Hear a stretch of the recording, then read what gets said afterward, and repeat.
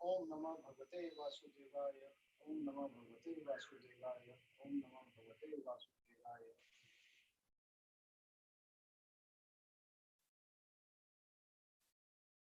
ओम अज्ञान विज्ञानस्य ज्ञानांजन शलाकया चक्षुरुदीप्तं तस्मै श्री गुरुवे नमः। नमः विष्णुपादाय कृष्णपृष्ठाय भूतले श्रीमते स्वामी नाम नमस्ते सरस्वती प्रचारिणे विशेष स्वामी वाली पार्षद विस्तारिणे। जय श्री कृष्ण चैतन्य प्रभु नित्यानंद श्री अद्वैत गदाधर श्रीवासादि गौर भक्तवृंद। हरे कृष्ण कृष्ण कृष्ण हरे हरे, हरे Ram Ram Ram Hare Hare.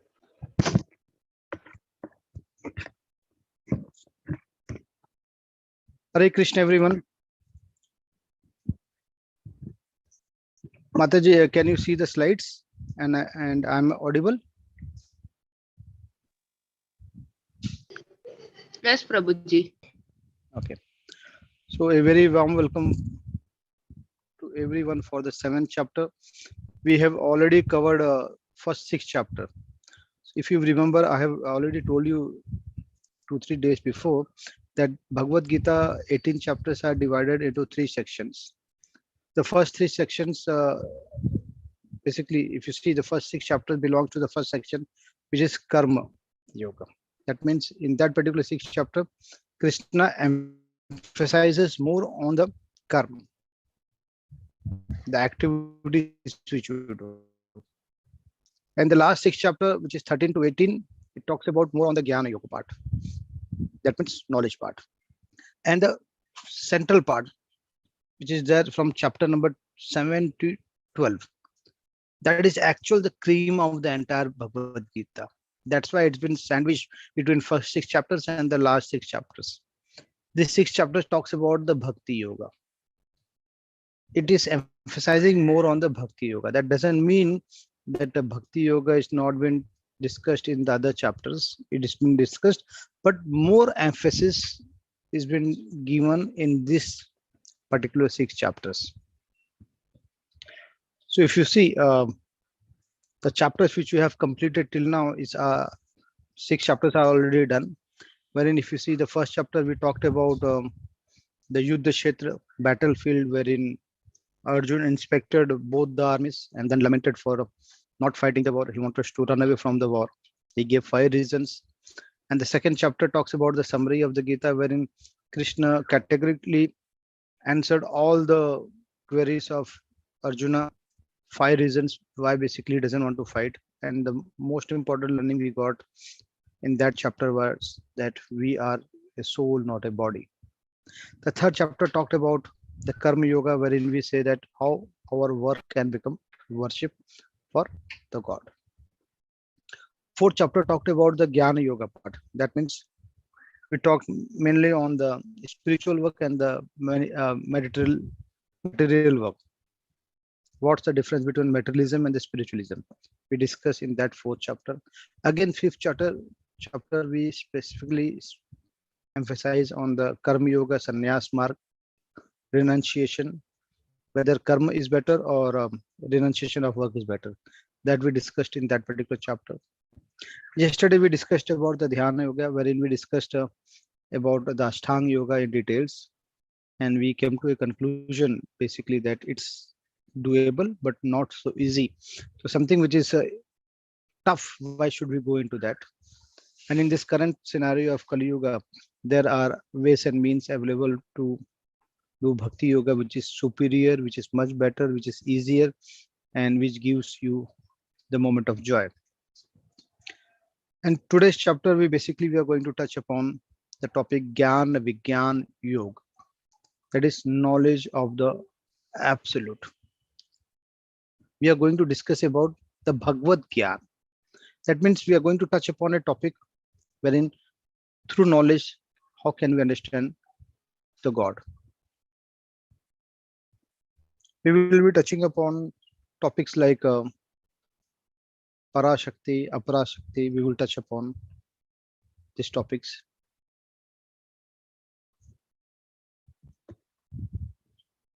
So let's start the session. We are going to touch upon topics like knowledge through hearing, Krishna energy, accept or reject Krishna, demigod worship, and who can become a devotee. We will touch upon all these 5 topics. So let's see. Let's make a progress into this.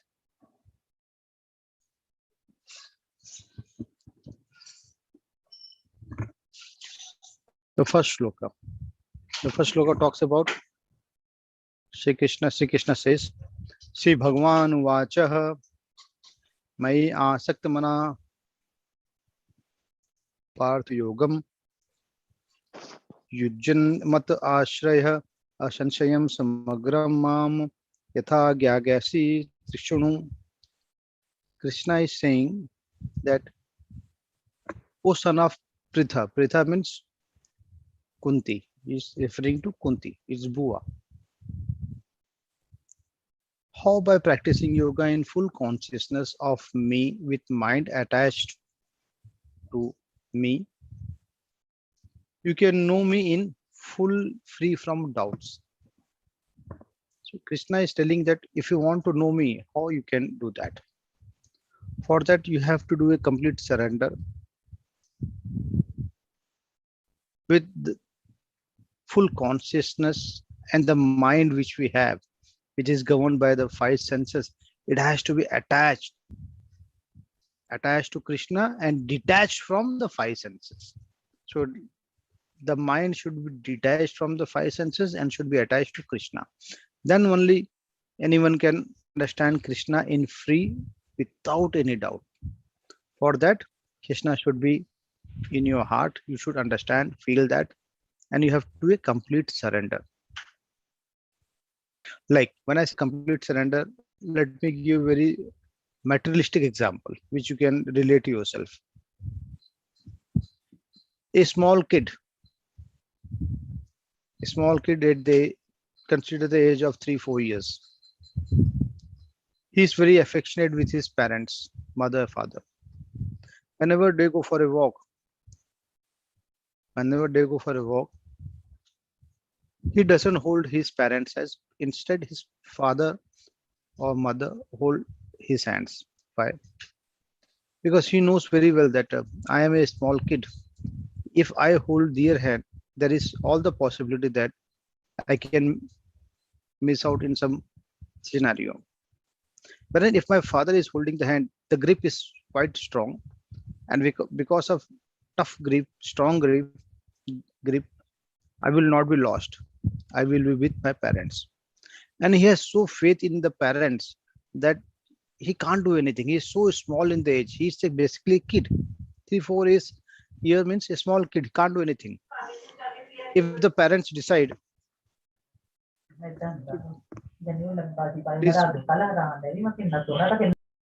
please mute yourself. If the parents decide to torture the kid, he can't do anything. He completely surrenders to the parent. And moreover, surrender, he has faith in the parent because he knows very well that parents will take care of me. Similarly, the same scenario, which the kids are there, we are also the kids of Krishna. He is our father. If we hold the Krishna hand, there is all possibility that we will be lost because our grip is not so strong. But if Krishna holds our hand, then we will go easily with him to the Goloka. And we are all lost, basically. We are lost. Like in the Kumbh, we know that in Kumbh, millions of people are there. And because of such huge crowd, possibility exists that we may be lost. If we are not so smart enough, if we are not so literate, if we don't know to search, if we don't know to locate ourselves, if we don't know to describe ourselves, that means we are low on knowledge. If we are low on knowledge, possibility exists that we will be lost in such a huge crowd of Kumbh. Similarly, if you see this entire world, if we talk about this particular planet, it's very huge. Number of people is more than the Kumbh. And we are actually lost. There is no possibility of getting lost. We are actually lost. The possibility has been confirmed. We are already lost. And since we have already lost, we don't know where to go. We are searching for our parents. We are searching for our parents. Like if we are lost in this material world, what happens? We give an ad. We give an ad in the newspaper or into the print media or into the electronic media that this so and so person has been lost. This is how it looks. That's the height. That's the color. This is the address he has found on this particular day. If someone can found him, he will be rewarded. And we lodge police complaint. This is what we do. But in this material world, we all are lost. And Krishna wants us to come to his home because that's the actual home. That's our actual residential address. The residential address which we hold in this material world, which we normally say it's our current residential address, that's not a residential address. It's a temporary one. We are a tenant here. We are a tenant. We may feel that, okay, we own a property, we have registered, we have done the registration of the property, hence we are the landowner or the property owner or the owner of the home. But actually we are a tenant here because on a particular day, which we don't know when it will going to come, we have to vacate this property because we are a soul, right? And the body is going to be dying. So Krishna has given us a book through which we can locate the address of Golok and we can finally reach our actual residence. And this book is nothing but Bhagavad Gita. If we seriously read this, particular book, Bhagavad Gita, then this is the book which will be the GPS of our life. And with this GPS, we can easily search the address of Golok and go there.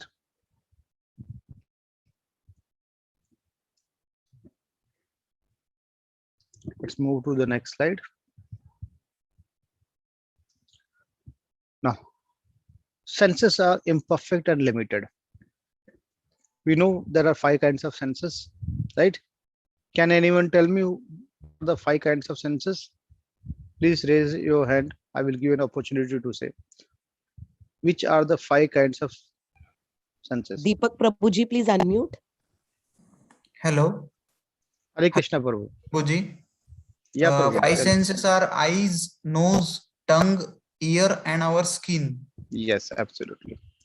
So these senses which we hold, these 5 senses, are actually imperfect and limited also because we have a limited understanding. That's why we have limited senses also, and senses are imperfect.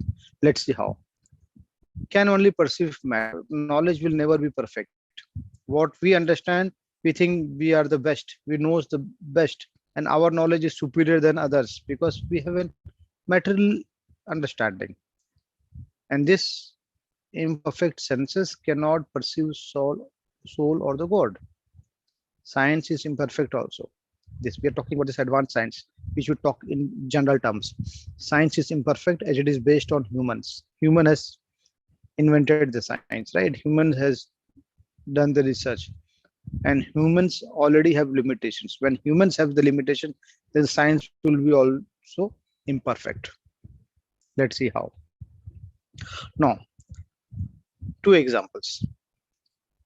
If you see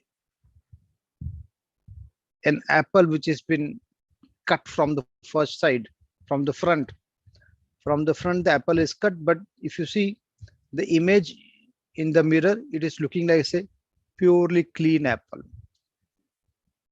This is our illusion. We may perceive that the apple is in full. Apple is not been eaten by someone. It is complete, but it's the illusion which we have. Similarly, our eyes is one of the senses, right? What we see is not always perfect. Another example, cheating propensity, right? What we do, In exams, cheating, right? Everyone has done it. Some to an extent or more, whatever, smaller extent or more extent you have done it. Everyone has done it. If not, at least we have asked the questions also. Okay, please tell me the answer. So our senses are imperfect.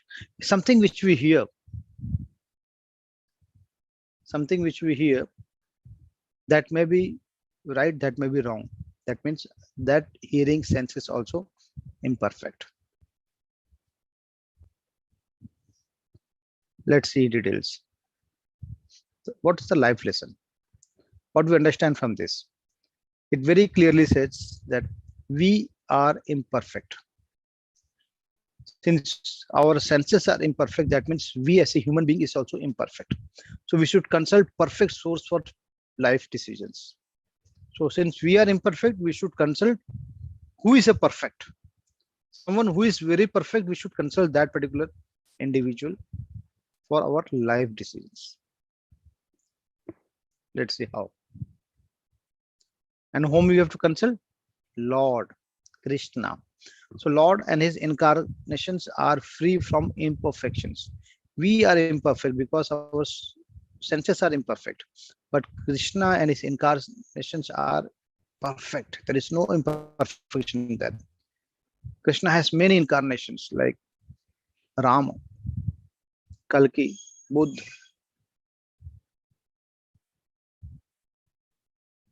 many. You can see all the images mentioned here. There are many avatars like Parshuram, Vaman, many. All these incarnations are free from imperfections. So what we should do now? When we know very clearly that we as in human being are imperfect because of our imperfect senses, and we should consult Krishna who is completely perfect, then we need to have faith. Now, we can question that how we can have blind faith. Someone can question that why should we have blind faith? There is no question of blind faith. Here certain examples have been mentioned. Certain places we invest our faith, right? Like when we are taking medicines and taking medicines, whether the tablet is a actual tablet with certain composition ingredients within it, or it's a placebo tablet, we don't know. But we have faith that since we have paid, purchased, that's why we are eating, or the doctor has given, that's why we are consuming the tablet. So we have faith in it. If you are sitting in a bus or into aeroplane or into a train, we have faith into the driver that the driver will drive us to the destination. We are keeping faith. We never check when we board a train or a plane or a bus. We don't ask, oh driver, show me your license, whether your license is right or wrong. It's a genuine license, or whether the validity is there or not, or it's been expired. We never question. We have faith. Similarly, when we go to the barber, we have faith in the barber. We are giving our entire head in to him. And scientist, if they are discovering anything, we are having a faith. Like we got both the shots of vaccines, Covaxin or Covishield. We had faith in the doctor, in the scientist, that whatever they had done, it's good for the human society, for the human beings. So we had faith in them. So when we have faith in them, then why shouldn't we have faith in our God? Why couldn't we have faith in God? There is no alternative than faith. You have to have faith if you want to progress, because we are imperfect. So the life lesson again, it says, nurture back the faith in scriptures that has been eroded by centuries of abuse and exploitations. Very true. Our scriptures, with due course of time, has been suppressed, have been eroded by centuries of abuse and exploitations. So we should restore the faith. There are many people who can question our scriptures, but we should be able to counter them. We should be able to explain them. We should be able to answer them. When? Only when we have faith in our scriptures. If we don't have faith, then we ourselves will be confused. Forget about answering anyone. We ourselves will be confused. So when we want to be confirmed, we have to have faith in it. Okay, let's see the second shloka. What it says, Krishna is saying, I shall now declare unto you in full this knowledge, both phenomenal and numinous. This being known, nothing further shall remain for you to know. That means Krishna is saying, now I am going to give you complete practical behavioral knowledge. I'm going to give you this Divya Gyan, which is phenomenal and numinous. When you know this, there will be nothing else to be known. That means when you get to know this knowledge, nothing else will be required to be known. And when the knowledge is given by Krishna, then it will be incomplete. So we shouldn't question. Very important sloka, very important sloka. We can relate this with our life. We can relate this with our class also. Let's see how. Manushyanam sahasteshu kaschit yatati siddhaye yatamapi siddhanam kaschit mama vetti tattvataha. That means out of many thousand among men, one may endeavor for perfection. And of those who have achieved perfection, hardly one knows me in truth. Very simple to understand. Very important. If you see thousands of people run into the marathon, right? They participate into the marathon. Thousands of people participate, but only one is the winner.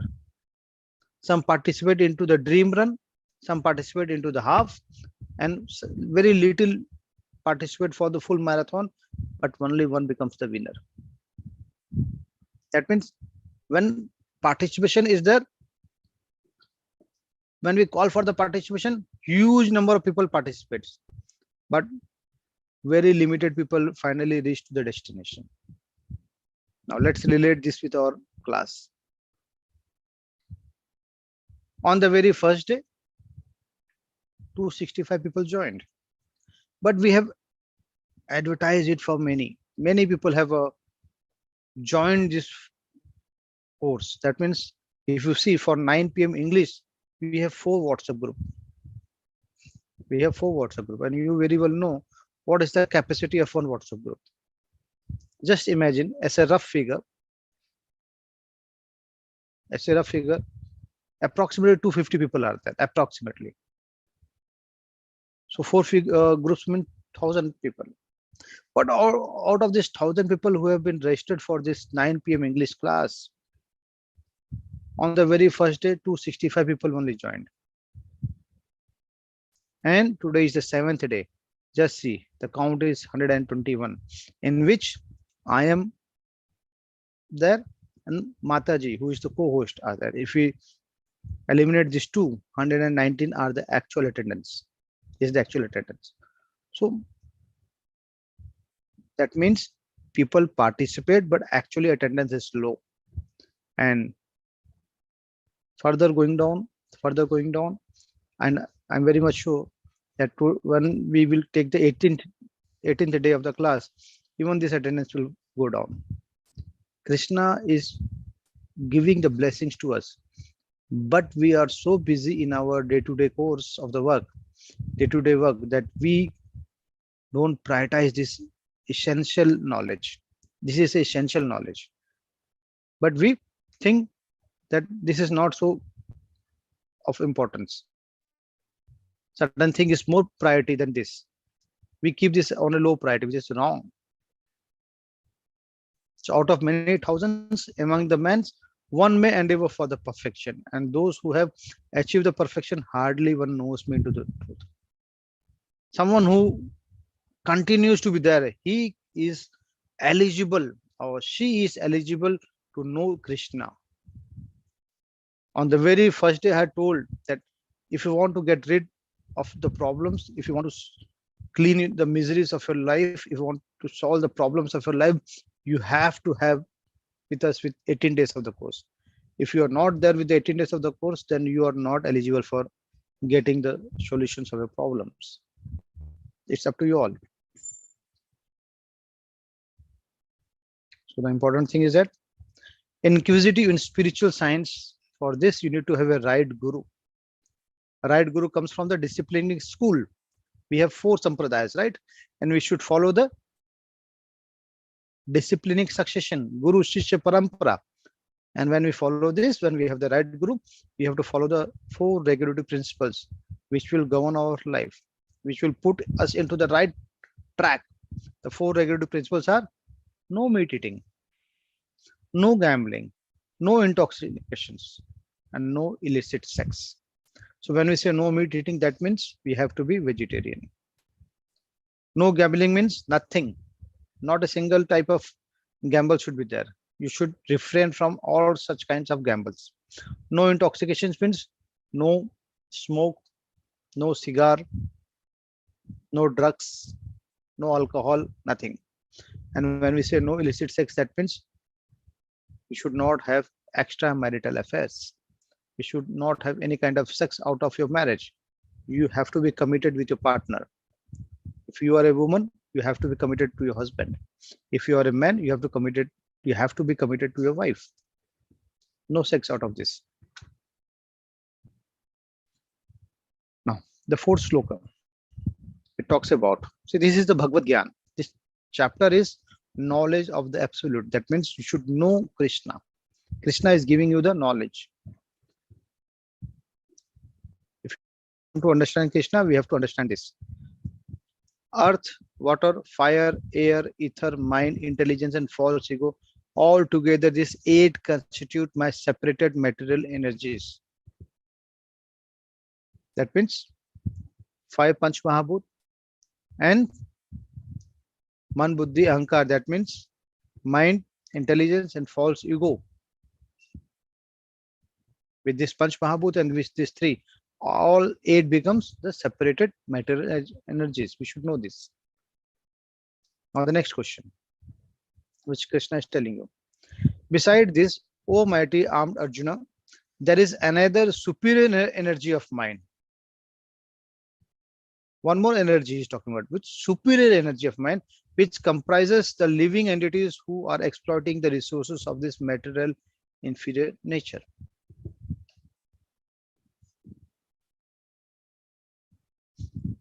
So there are 2 kinds of energies of Krishna. One is Parashakti, another is Aparashakti. When we say Parashakti, that means superior energy.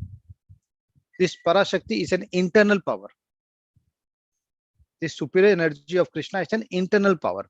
And this internal power is there in all the living entities. That means if you see this image clearly shows you that whether it's an elephant, whether it's a giraffe, whether it's a lion, whether it's a human being or a monkey or a dog, every individual has this internal power.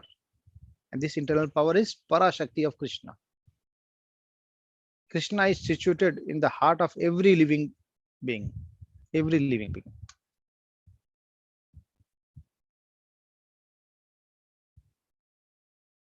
Now, coming to the next one, it says, all created beings have their source in these 2 natures of all that is material and all that is spiritual in this world. Know for certain that I am both the origin and the dissolution. So this Parashakti and Aparashakti. One is a superior energy, another is an inferior energy, but both energy belongs to the Krishna only. And all the living beings actually are being originated from these 2 energies. So whether is there any materialistic thing or spiritual, both the origin and dissolution happens from this Para and Aparashakti. Another Krishna says, O conqueror of the wealth, Dhananjaya. Dhananjaya means conqueror of the wealth. Another title of Arjun. Arjun is also known as Parth. Arjun is also known as conqueror of the wealth, Dhananjaya. Krishna is saying there is no truth superior to me. That means Krishna is superior to everything. Everything rushed upon me as pearls are strung on a thread. Krishna is saying everything resides into me like the pearls in the string. If you see, The pulse in the string have been joined through the thread. That's similarly everything resides on Krishna. Everything rests on Krishna. There is no truth beyond this. That's the ultimate truth. If you see, whether it is Vishnu, whether it is Brahma, whether it is Shiva, all emanates from Krishna only. Everything originates from Krishna only.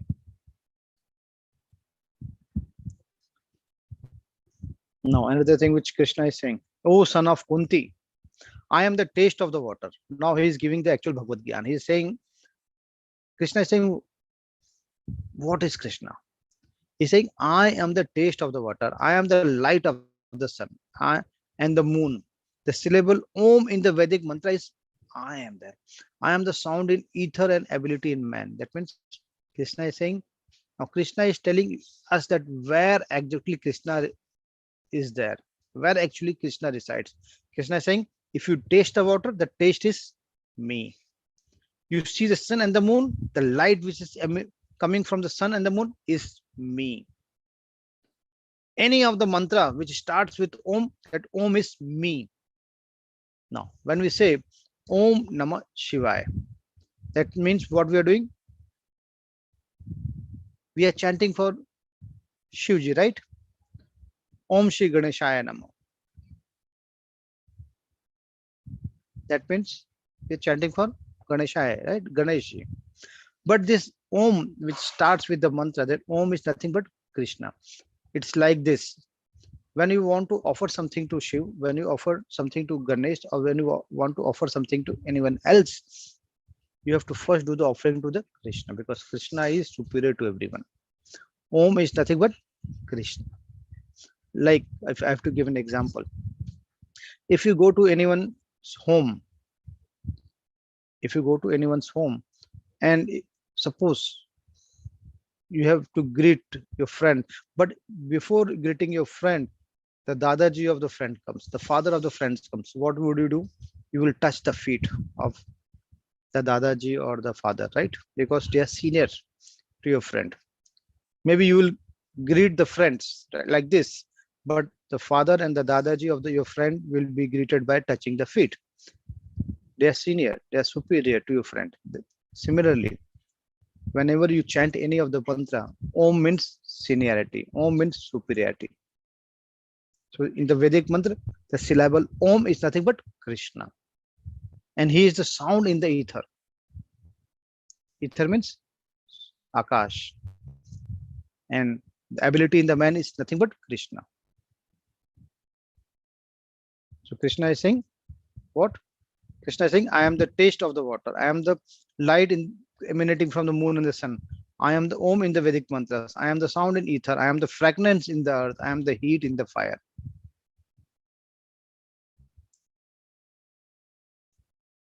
So it is all very important to know that when we talk about Krishna, we should have full information about Krishna. Like when we go for when we visit a doctor, we first check whether the credibility of the doctor, what degree it has, whether it's an MD, whether it's an MS, whether it's a DNB, whether it's MBBS, we verify it, right? And apart from this, we check with our dear near ones whether how good the doctor is, how does the practice of the doctor goes.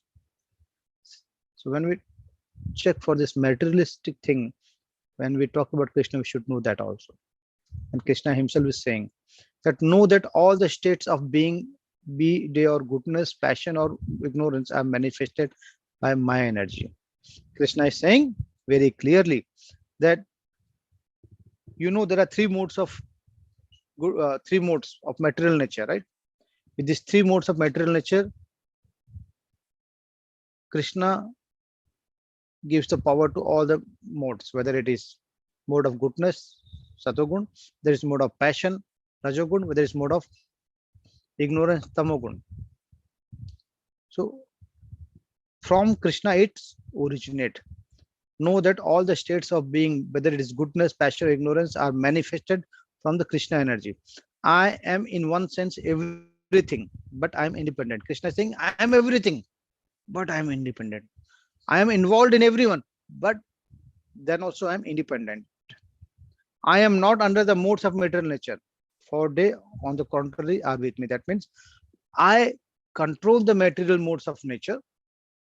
I am the controller of it, but I don't get control because I am the one who manifest it. Because of my energy, because of my power, these modes of nature are existing, and it is governing every individual, whether it's you or me. Everyone has been governed by these material modes of nature, but Krishna is not governed because he is the controller and we have been controlled.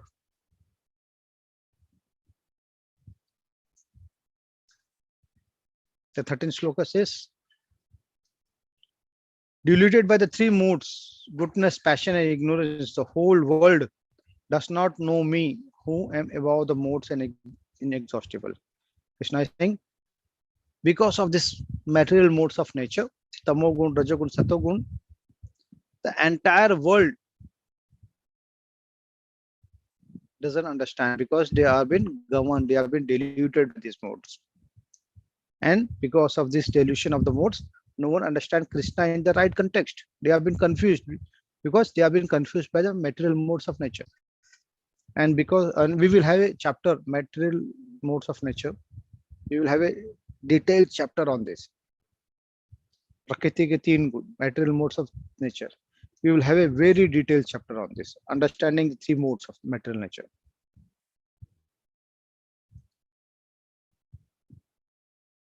So, very important thing. Now Krishna is saying, this divine energy of mind, consisting of the three modes of material nature, is difficult to overcome. But those who have surrendered unto me can easily cross beyond it. That means from the birth till the death, from our birth till the time of death, we are being controlled by these material modes of nature. All these three modes, Satogun, Rajagun, Tamogun, applies on us. And because of this delusion, we don't understand Krishna. But Krishna is saying, if you want to overcome, then you have to do a complete surrender to me. When you do a complete surrender to me, then I will help you to easily cross this miserable ocean of misery. But for this, you have to be completely surrendering to me. There is no other choice. If you want, you have to surrender to me. If you do a complete surrender to me, then I will take care of you. If you not, then you will be always lying into these three modes of material nature. That's why Krishna is saying, Devi Hosha Gurmai Mam Maya Duratya Mame Ye Pradante Maya Metana Tarantite. That means if you do surrender to me, I will take care of you. At the same time, Krishna is saying, Nipat Murk. That means miscreants. Krishna is saying, Nipat Murk. What he is saying? Namama Duskritunu Mudha Prapadante Naradhama Mayaya Aprahit Gyanam Asuram Bhavamashritah. That means someone who is Nipat Murk, miscreants, who are grossly foolish, who are lowest among the mankind, Naradhama. Lowest among mankind means Naradhama, whose knowledge is stolen by the illusion. Means his knowledge is lost because of the illusion, and who partake by the atheistic nature of demons do not surrender into me. Someone who is Nepatmurk, someone who is Naradham, someone whose knowledge is illusion, someone who demonstrate demonic activities, they never ever surrender to Krishna. And when they never surrender to Krishna, Krishna never take care of them. Krishna completely ignores them. So if you want the blessing of Krishna, then we have to be completely opposite of this. We have to do complete surrender. Now let's talk about four kinds of people. Oh best among the Bharatas, that means Bharat Shresht, Krishna is saying, four kind of pious men beginning to render devotional service unto me. There are four kinds of people who are very pious. They are really good people who want to surrender to Krishna, who wanted to render services to Krishna. The first is distressed. Distressed means someone who is in trouble, someone who is in problem, distressed. The second is desirer of the wealth, someone who is looking for wealth, sakam karmi, distressed, desirer of the wealth. The third is inquisitive. Inquisitive means someone who is looking for some questions, jigyasa. And the fourth one is he who is searching for knowledge of the absolute, someone who is knowing that Krishna is the absolute. So four kind of people: the distress, the desirer of the wealth, the inquisitive, and searching for knowledge of the absolute. That means artharthi, right? Artharthi, desirer of the wealth, distressed, inquisitive, jigyasu, and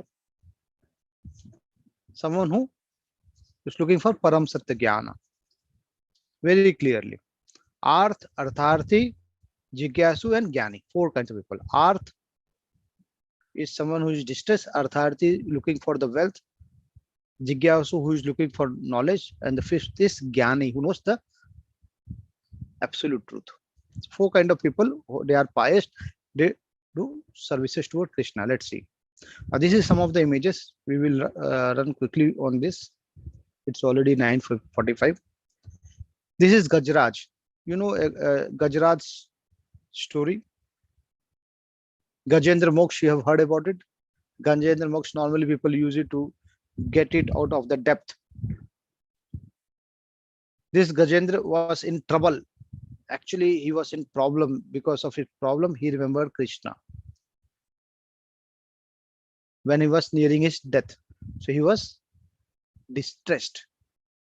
He was arth. The second, if you see Draupadi, she was also in problem.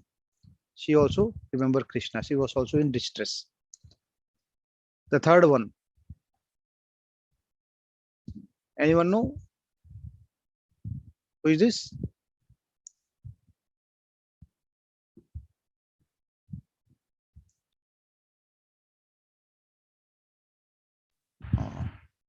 You see, Sukhdevji was into the stomach of her mother and he was not coming out. Krishna come and ensured that you will be free from Maya. Maya will not be there. So he was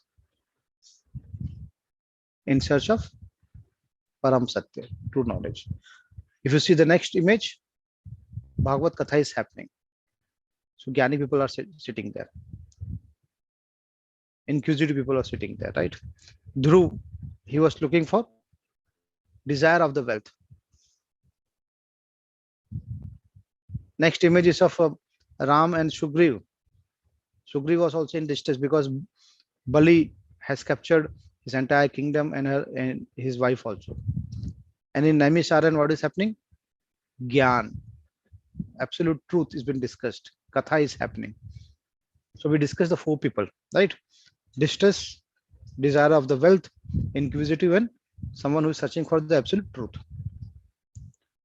The next, there are four kinds of people who don't follow it. Let's see who. The 17th shloka is saying, of this, the one who is in full knowledge and who is always engaged in pure devotional service is the best. For I am very dear to him and he is very dear to me. So out of these four, distress, looking for wealth, inquisitive, and searching for the absolute truth, absolute knowledge, Krishna is saying someone who is in full knowledge, someone who is jnani, who is always engaged in pure devotional service is the best. So out of the four, which is the best, Krishna is telling. And he is telling that I am very dear to him and he is very dear to me. So the next comes.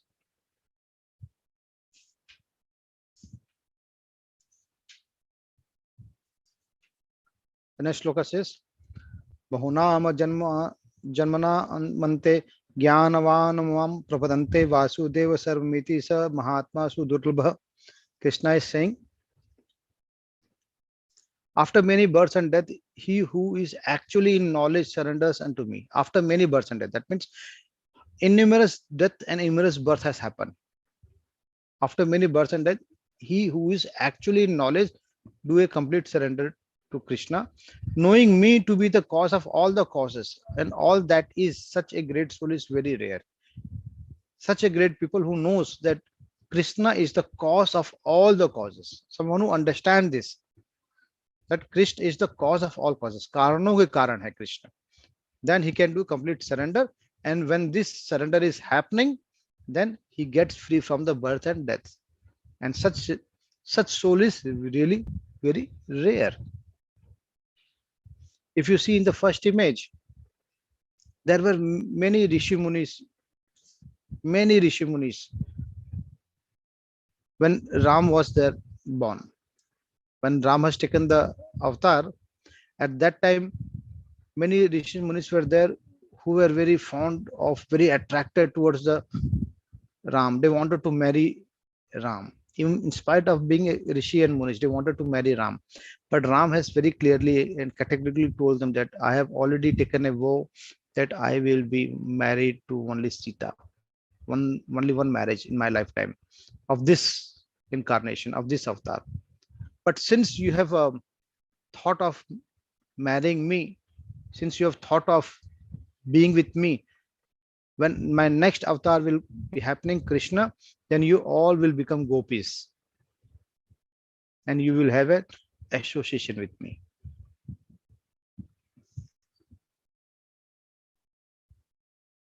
Now Krishna is saying that those whose intelligence has been stolen by the material desires surrender unto the demigods and follow the particular rules and regulations of the worship according to their own natures. Now, please understand, maybe it will be a kind of disagreement with you, or maybe it will be a shock that Krishna is saying someone whose intelligence has been stolen, with that means low intelligence. Someone whose intelligence has been stolen by the materialistic desires surrender to the demigods, and they follow the particular rules and regulation of worshiping according to their natures. That means if you're if you're following demigods, that means you are having low intelligence, or your intelligence has been stolen if you're worshipping demigods. So Satuguni people worship demigods, Rajoguni people worship someone who is a kind of yaksh rakshas, or someone with a great power and money, and Tamoguni people worship such kind of people who are of demonic nature, who are of kind of ghost puja is done there, ghost worship. But what Krishna is saying, I am in everyone's heart as the super soul. As soon as one desires to worship some demigod, I make his faith steady so that he can devote himself to the particular deity. Now, why Krishna is saying this? See, normally, now let me give you a reasoning to make you understand what is the difference between God and demigod. See, if you know, if you are working in a particular company, the general manager or the manager or the senior manager, they are demigods. If you want any kind of sanctioning done by them, or suppose if you want any bonus to be declared, they don't have the capacity to declare the bonus. Although you always work with them, the general manager or the manager, they don't have that capacity. So what they will do, they will submit a proposal to the chairman or the owner of the company. And when the chairman and the owner sanction that bonus, then it has been announced by the manager or the general manager. So the worker who normally works with the general manager, he thinks that the general manager has announced the bonus, but the capacity of announcement of bonus is not with the general manager, it's with the owner of the company. Similarly, when people think that demigods give them all the powers, all the wishes have been fulfilled by demigods, no, demigods don't have the power to fulfill the wishes. They submit your proposal of wish to the Krishna, and Krishna sanction, and when Krishna sanction, then your wishes and everything has been given.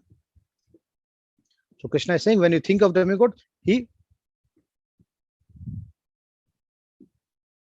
he ensured that your faith has been steady so that he, whatever you ask, has been given. Endowed with such a faith, he endeavors to worship a particular demigod and obtain his desire, but in actually, these benefits are bestowed by me alone. See, again, I said, no, all these benefits are been given by Krishna. It's been bestowed by Krishna. So whatever we ask to our demigods, whether it is anyone, whether any gods, when we ask anything, that proposal is submitted to Krishna and Krishna sanction, and then these demigods give you the fulfill your desires. Now again, Krishna is saying, men of small intelligence worship the demigods. That means men of small intelligence. Again, Krishna is saying, someone whose intelligence is stolen or someone with small intelligence worship the demigods, and their fruits are limited and temporary. So whenever you ask for some desires, that desires are fulfilled by demigods. What you ask, demigods will fulfill you if you properly follow the rules and regulation of worshipping the demigods. But Krishna gives you, if you directly ask to Krishna, Krishna will give you what is required by you, what Krishna feels that it is good for you. Krishna, when he feels that it will be good for you, then only he will give you. Now, there is a difference between demigods and God. We just discussed an example of manager, general manager, and the owner of the company. Similarly, demigods are like your corporators or your MP or MLAs. So if you have any kind of work, you will go plead to the MP, MLAs or the corporator that please get my work done. But if you have the direct contact, if you have a very direct contact with the Prime Minister, so instead of talking to the corporators or MP, MLAs, you can directly talk to the Prime Minister. Similarly, that's the difference. Someone who is of low intelligence or small intelligence, or someone whose intelligence is stolen, they worship the demigods and their fruits are limited and temporary. Those who worship the demigods go to the planets of the demigods. They will go to Swargalok, Tapalok, Janalok. But my devotees ultimately reach my supreme planet. But someone who is a true devotee of Krishna, he goes to Golok, where the Janamrityu Chakra is not there. Unintelligent man who do not know me perfectly think that I, the Supreme Personality of Godhead, Krishna, was impersonal before. That means they feel that, oh, Krishna is Nirakar. Krishna doesn't have a shape before, and have now assumed this personality. Due to their small knowledge, they do not know my higher nature, which is imperishable and supreme. That means Buddhihin Manush, unintelligent man, thinks that Krishna was earlier impersonal, now he has taken a shape. It's not that. Because they don't understand the nature of the Krishna. The nature of Krishna is what? Imperishable, and he is supreme. So the next thing, if one has no time for spirituality, this is a life lesson. If we say, oh, we are so busy, we are loaded with work, we don't have time for chanting, we don't have time to read Bhagavad Gita, we don't have time to attend the 9 p.m. class. That means if you don't have time for spirituality, then you are busier than God intended him to be. That means God may have time, but you don't have time. You're so busy. You are busy than the God. Is it the situation? Are we really busy than the God? If no, then we should have the time. If we then also we don't have the time, that means we don't know the time management skills.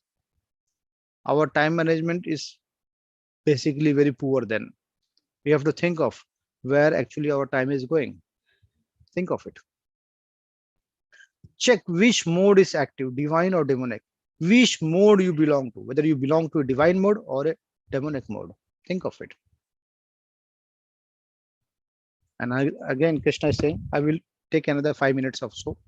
It will not take much, 5 minutes. I am never manifested to the foolish and unintelligent. For them, I am covered by the internal potency, and therefore they do not know that I am unborn and infallible. If someone says, oh, if Krishna is there, show me Krishna. दिखाओ कृष्णा किधर है, कृष्णा है तो दिखाओ. कृष्णा ऐसे बेवकूफ लोगों के लिए आते ही नहीं है. Krishna is very clearly saying, मैं मूर्खों और अल्पज्ञों के लिए नहीं आता हूं. That means I never manifest to the foolish and unintelligent. For them, I am covered by the internal potency, and therefore they do not know that I am unborn and infallible. Krishna is unborn, Avinashi, infallible Krishna. Krishna is saying, "O Arjuna, as the supreme personality of Godhead, I know everything that has happened in the past, all that is happening in the present, and all things that are yet to come. I also know all living entities, but me, no one knows. I know everyone. I know you. I know you. I know you. I know everyone, but no one knows me because I am the supreme personality of Godhead, and you are just a living thing." Krishna said, I know everything, what is there in the past, what is happening in the present, and what is going to happen into the future. I know everything. Person who have acted piously in previous life and in this life and whose sinful actions are completely eliminated, eradicated, are freed from the dualities of delusion, and they engage themselves in my service with determination. That means if we have done something good deeds into the previous life, we have done pious activities in our previous life, then our all sinful actions, all the pap karma will go away, will be eradicated if we do pious activities, if we do good deeds. And we will be free from the dualities of the delusion. We will be free from the attachment, and we will be eager to serve Krishna with determination. Is what Krishna is saying. Intelligent person who are endeavoring for liberation from old age and death take refuge into me. Someone who wants to free from the cycle of life and death, that means moksha. They want mukti. If someone wants liberation, that means mukti. If they want, then they do devotional service to Krishna. They are actually Brahman because they entirely know everything about transcendental activities. They know the actual knowledge. They have the actual knowledge. Those in full consciousness of me, who know me, the Supreme Lord, to be the governing principle of the material manifestation of the demigods and of all methods of sacrifice, can understand and know me, the Supreme Personality of Godhead, even at the time of death. Yes, see the image of Bhishma is there. At the time of death, he was knowing the actual truth. Someone who is in complete consciousness of Krishna, someone who knows Krishna, someone who knows that Krishna is the governing principle of material manifestation, someone who knows that Krishna is the supreme controller of the demigods, someone who knows very clearly that all the methods of sacrifice have been governed, managed, and been done for Krishna only, can understand and know Krishna even at the time of the death. Someone who remembers Krishna at the time of the death, then he will be completely liberated and he will directly go to the abode of Krishna. That means he will directly go towards the Golok. No doubt in this. No doubt. Krishna is saying there is not a single doubt into this. Why? Krishna is saying very clearly.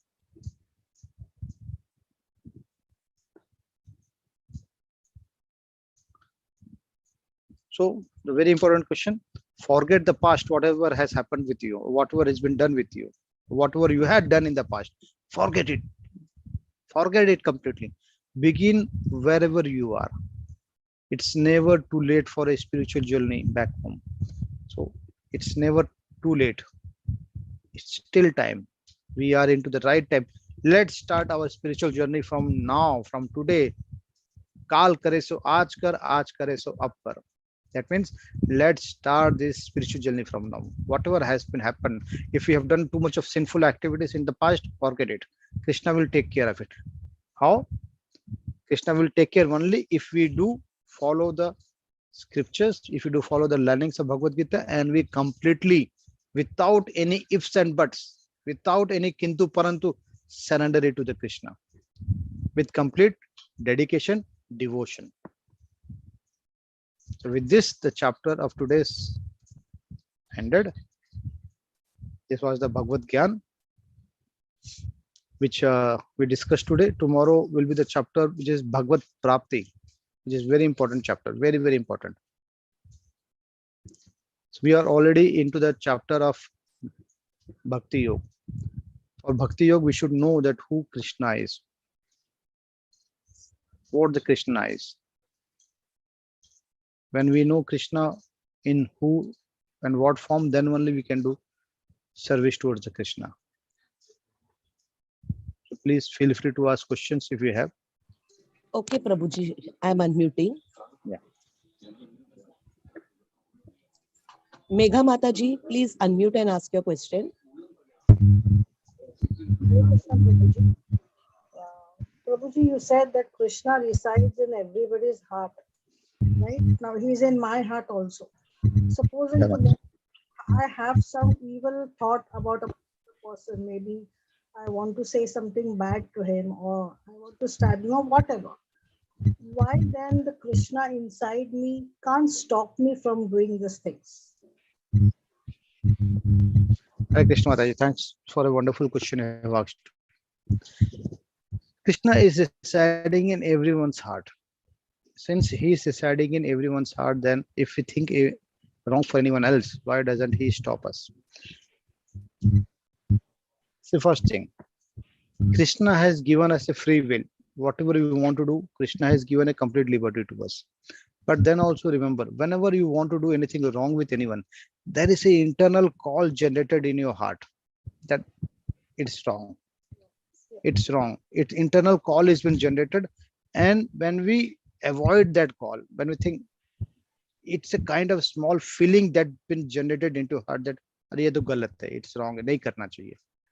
But when we ignore that thought, ignore that feeling, ignore that call, then we go ahead and do the wrong deeds, wrong activity has been done.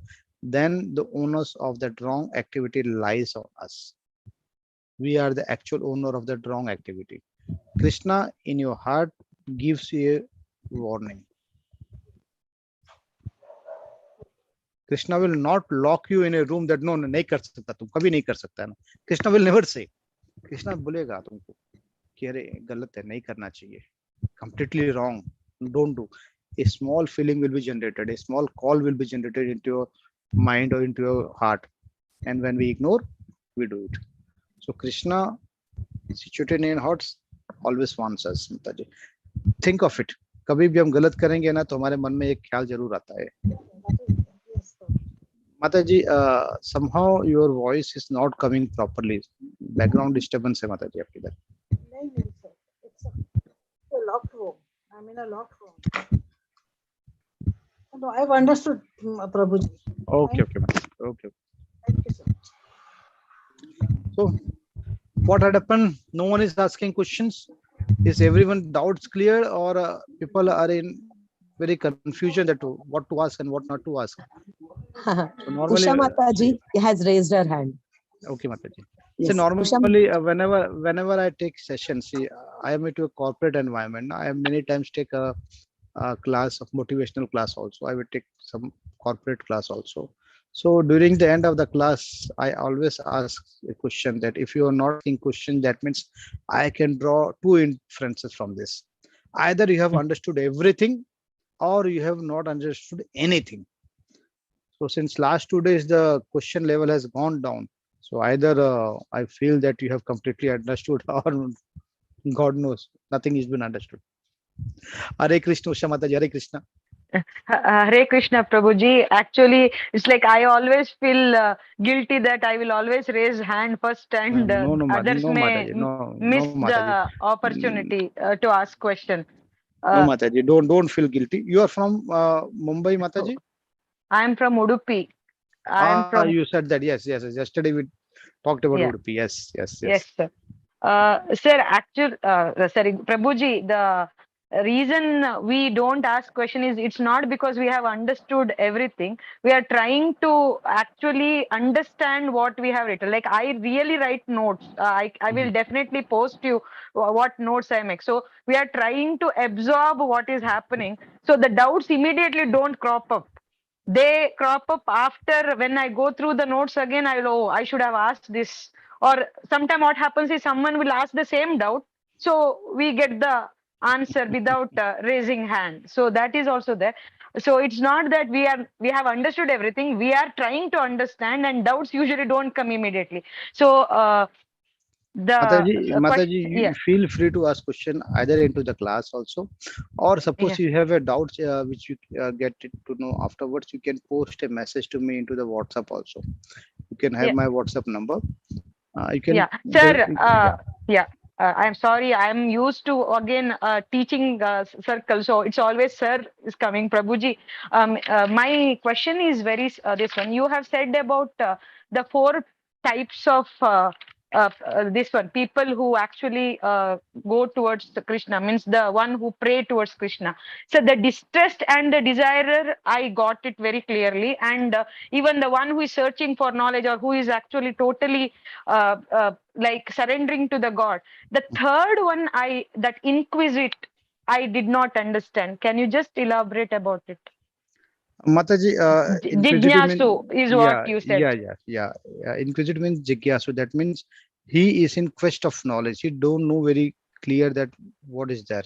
So in search of knowledge, he's looking that, who is Krishna? What is Krishna? What are the different incarnations of Krishna? What is Krishna's working style?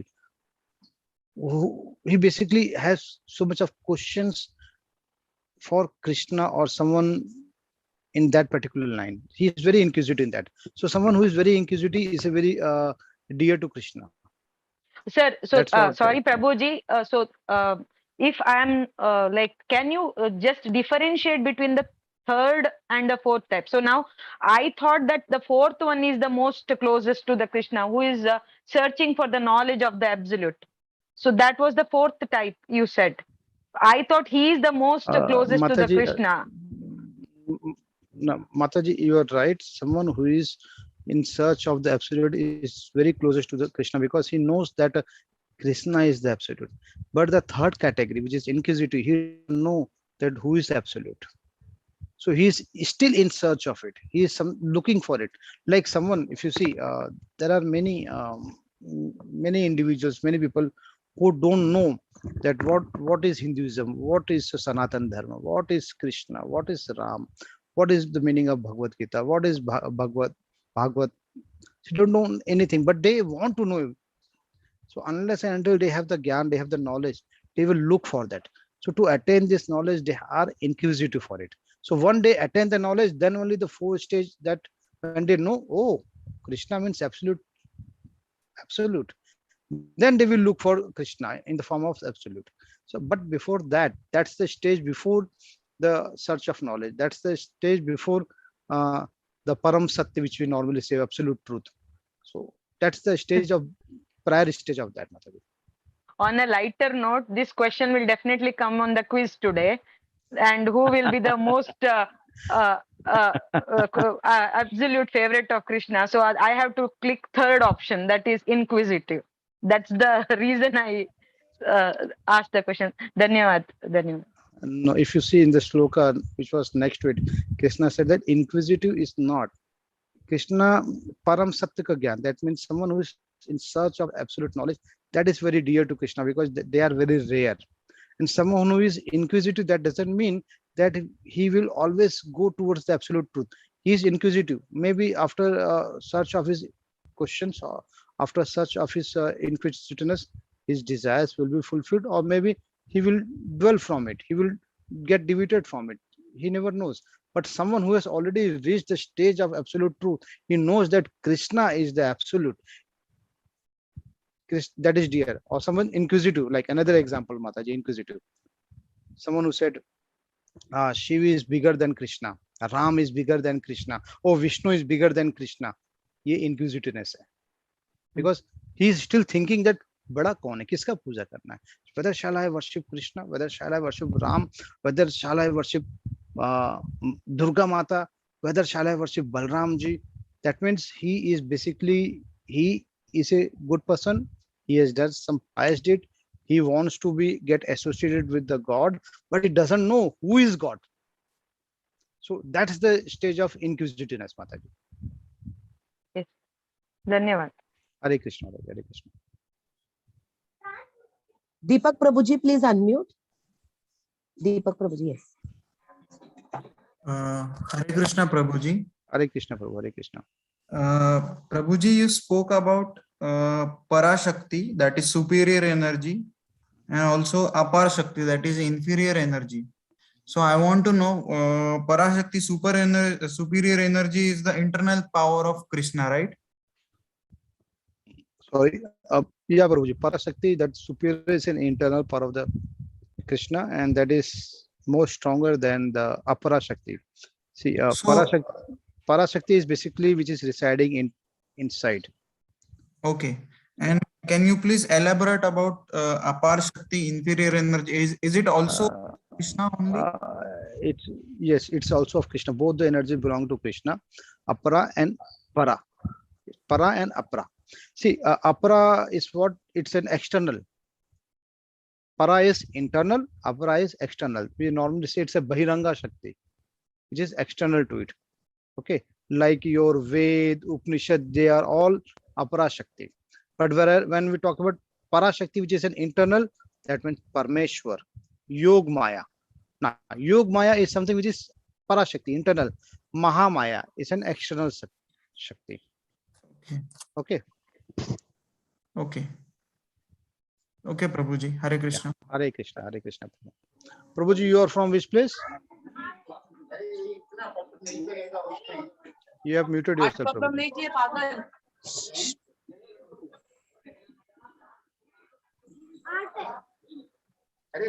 Deepak Prabhuji, you can ask your question. Prabhuji is muted. Deepak Prabhuji. Okay, Deepak Prabhuji, please unmute. Yes. Yeah. I am from Aurangabad, Maharashtra. Okay, okay. So, who all are wishing to come to our Vrindavan Yatra? Anyone who wishes to be part of the Vrindavan Yatra? It will be really, really an exciting one, full of ecstasy, full of blessings from Krishna. Anyone who wish to be part, if you are wishing, Prabhuji, you are really invited for this Yatra. We have a really big plans for this upcoming Vrindavan Yatra. Mataji, you are coming? Shri Vidya Mataji, No, are you coming? no, Prabhuji. Nope. Actually, sir, Prabhuji, when it is and where? At Vrindavan. Mataji, this Vrindavan Yatra is basically planned from 22nd March to 25th of March. 22nd March onwards, this Yatra will start. Assembling date, the date of assembly is one day prior, that is 21st March. Okay. And 26th will be the departure date. Okay, okay. The At Vrindavan. full 4 day of Yatra. Yeah, in Vrindavan. So Achha. we will have a tour in Vrindavan. We will have a tour in Mathura, Barsana. We will see all the places of Krishna Mataji. Hare Okay, Krishna. okay. Achha, achha. Okay. I will let Krishna call me, Prabhuji. Maybe at that time I can come. Hare Krishna, Priyanka Mataji. Priyanka Mataji, please unmute. Hare Krishna, Prabhuji.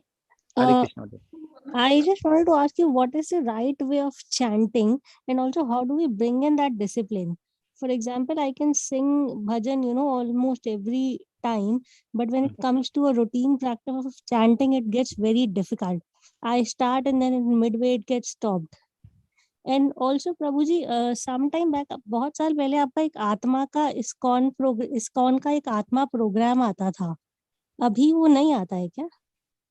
ISKCON का आत्मा programme?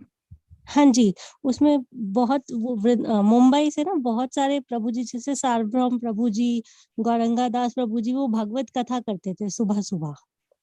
Mataji, this Bhagavad Katha is happening 2 times a day. 8 o'clock in the morning is happening. उसका भी live होता है, and 7 o'clock in the evening also it happens.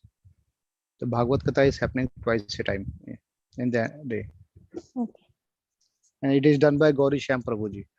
Now your question is how to do the chanting, Mataji. Pehla to, if you want to do chanting, concentration has to be there. If doing chanting, at least ensure ki a minimum 1 round of chanting is happening. I will show you, Mataji. Now this is the bead, Tulsi bead. So when you start chanting, this is Sumeru. The biggest bead is known as Sumeru. When you start chanting, the first bead should be this, and you have to shift it towards your side. So when you start chanting, you have to chant like this. And when you do this chanting, and when you reach towards the last bit, you should not cross it. You should not cross this Sumeru. Instead, you should turn it up. But whenever you start this chanting, the first round, the first beat, it should be before start of chanting, it should be the Panchatattva Mahamantra, which is Jai Shri Krishna Chaitanya Prabhu. That's the Panchatattva Mahamantra. And when you complete this Mahamantra or Panchatattva Mantra, then you start this Mahamantra, Mataji. First Panchatattva Mahamantra, and then this entire Mahamantra. That's the way of chanting, Mataji. But how do we train the mind for chanting, Prabhuji? I think that's the most difficult part of it. Mataji, mind is the biggest enemy. Mind is the biggest friend. Now, if you want, I've already taken a session on mind control techniques, how you control your mind. And the mind control techniques, I have taken the class into two parts. That both days class is already been there in my YouTube channel. You can go and refer that class video, Mataji. Sure, It will Prabhuji. help you out. Hare Krishna. Hare Krishna. Hare Krishna. Dilshir Prabhuji, please unmute. Yeah, hi. Yes, Mataji. Hare Krishna. Hare Krishna. Hare Krishna. Hare Krishna, sir. Sir, I just wanted to know ki, for the Vrindavan, the rooms will have bathroom also? Personal? Yes, Mataji, absolutely. See, there are multiple categories of the room, but what we are arranging is I believe it's not a common one. It's an attached bathroom, Mataji. I mean, I just wanted to make sure The because room it's will so have an attached important. bathroom. It's so important because of Corona happening, I know. It's Just wanted important. to. It's important. So No, can we fill up the? it will be an attached bathroom. Can we fill up the categories also once we or it's common for everybody? Like there is no category. Mataji, 5,000 is the room charges for this yatra. It includes most of the rooms are AC rooms with attached toilet bathroom, Mataji. Okay. ठीक है, sir. Thank you so much. Most probably we'll meet. Thank you. Hare Vandana Krishna. Mataji, please unmute.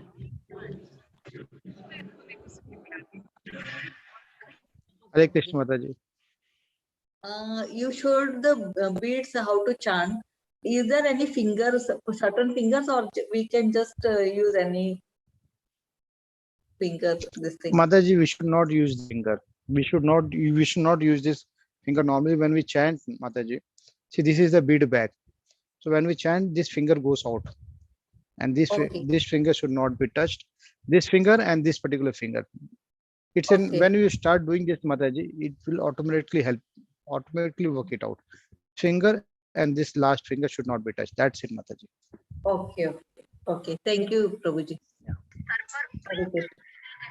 Hare Prabhuji, there are few questions in the chat. Any other Okay, questions? someone has raised.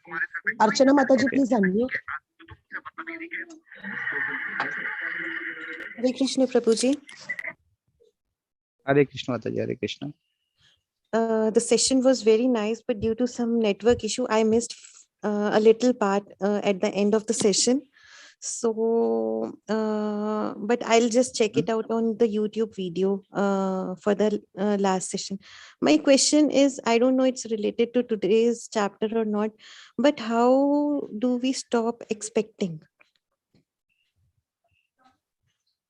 Because expectation is from mind and heart, and I am just confused. How do we control our expectation from anybody? Just trying to just expect from Krishna, but still the people which are around us, to whom we love, we still expect from them. How to not expect from anybody?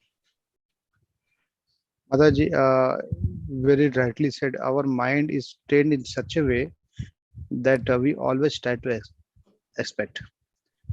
Since birth, we have been trained in such way.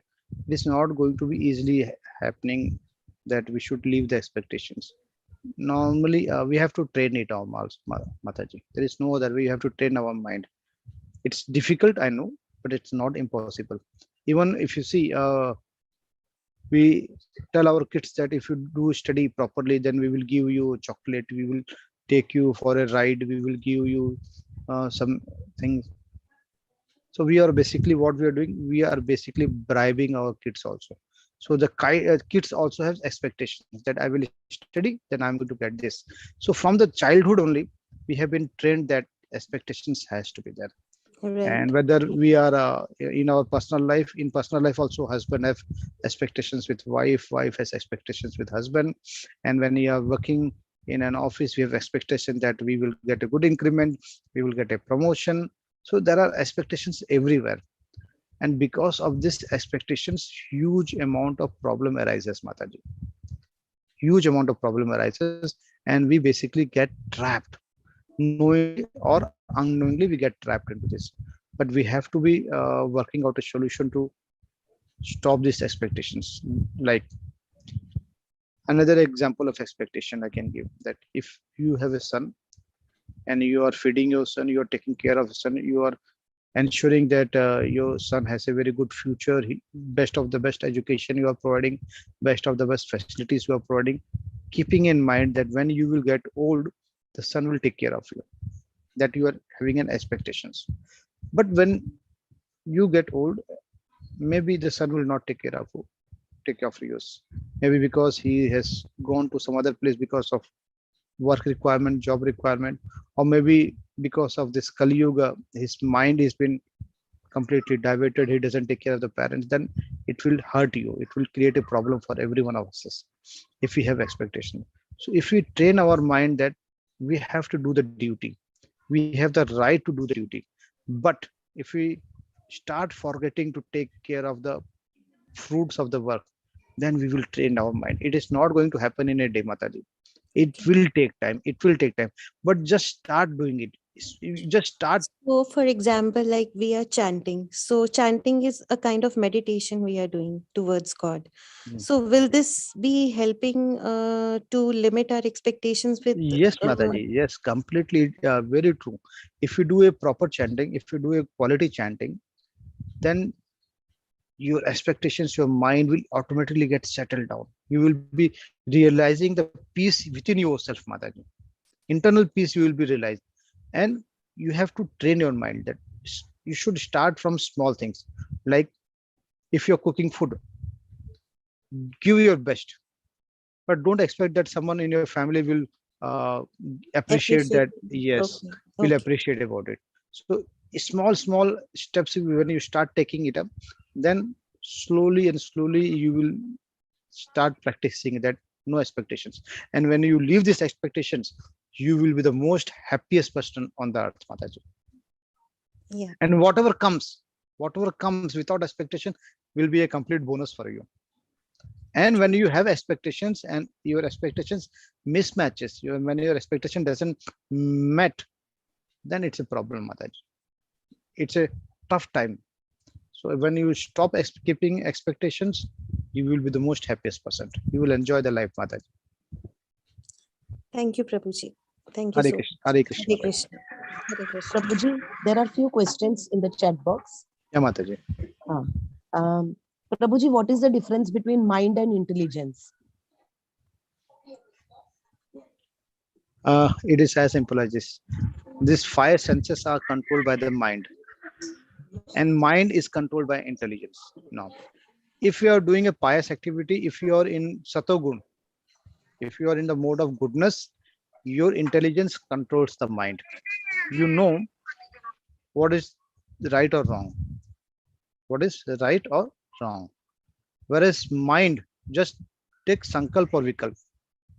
Mind decides karna ya nahi karna, yes or wrong. That's the mind. Mind wants ye bhi chahiye, wo bhi chahiye, aisa chahiye, waisa chahiye.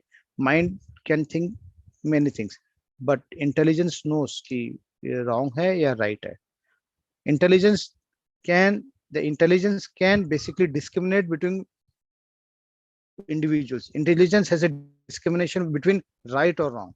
Mind doesn't discriminate. Mind just decide sankalp chahiye. This is the difference between mind and intelligence, Mataji. And in the mode of goodness, Intelligence controls the mind. And in mode of passion or in the mode of ignorance, tamogun and rajogun, mind controls the intelligence. When mind start controlling the intelligence, then गए काम से ऐसा हो गया. हरे कृष्ण माता जी. Okay, next question is, some devotee is asking for the other video. Prabhuji, yesterday you said 2 videos. We saw 1 video. Can you show us the second video in tomorrow's session? Okay, I will ensure that we will cover the session tomorrow in time, and I will show the another video tomorrow then. Okay, next question is, Prabhuji, for those who could not join Vrindavan Yatra, can we see the video, please? Those who can't join the Vrindavan Yatra, can we see the video? Video of what, Mataji? Video of entire Vrindavan tour? Yes. Difficult, Mataji, difficult. You cannot do. It's difficult. Logistically, it's difficult to record everything and put it on live, Mataji. Difficult. Although we will try to create some videos, but difficult to complete everything. Next question is, do we have any asana to control our mind, or meditation can control our mind? See, it's a very big topic, controlling the mind. It's not in 2 minutes or 5 minutes of discussion. I will recommend everyone to go to my YouTube channel. I have taken 2 hours of entire detailed session on mind control techniques. Please go through that video. That video will really help everyone in controlling the mind. But that session is in Hindi. That session is in Hindi. Presentation is in English, the PPT which I've used, but the delivery, the mode of delivery is in Hindi. Prabhuji, one Mataji is asking how frequently Vrindavan Yatra is conducted. Mataji, normally it's once in a year, but because of this COVID, the entire pattern, entire frequency is disturbed. But as in practice, normally it happens once in a year, Mataji. Prabhuji, one Mataji is asking for your WhatsApp number. I will write into the chat box. My WhatsApp number and my mobile number both are the same. I would request not to give a call. It's better to write onto the WhatsApp if you have any things to be written to me, or if or any kind of questions that needs to be answered. No more questions are there, Prabhuji. No more questions. Then can we end the session, Mataji? Yes, Prabhuji. Yeah. Vancha kalpatra bhayasya kripa sindhu bhaya evacha patitanam pavane bhayo vaishnav namo namo. So then we will meet tomorrow with the 8th chapter, Bhagavad Prapti. Very important chapter tomorrow. So till then, Hare Krishna, Radhe Krishna. Thank you so much, Prabhuji. Hare Krishna. Hare Krishna, Mataji. Hare Krishna. Thank you, Mataji, for your support, Mataji. Thank you, Prabhuji.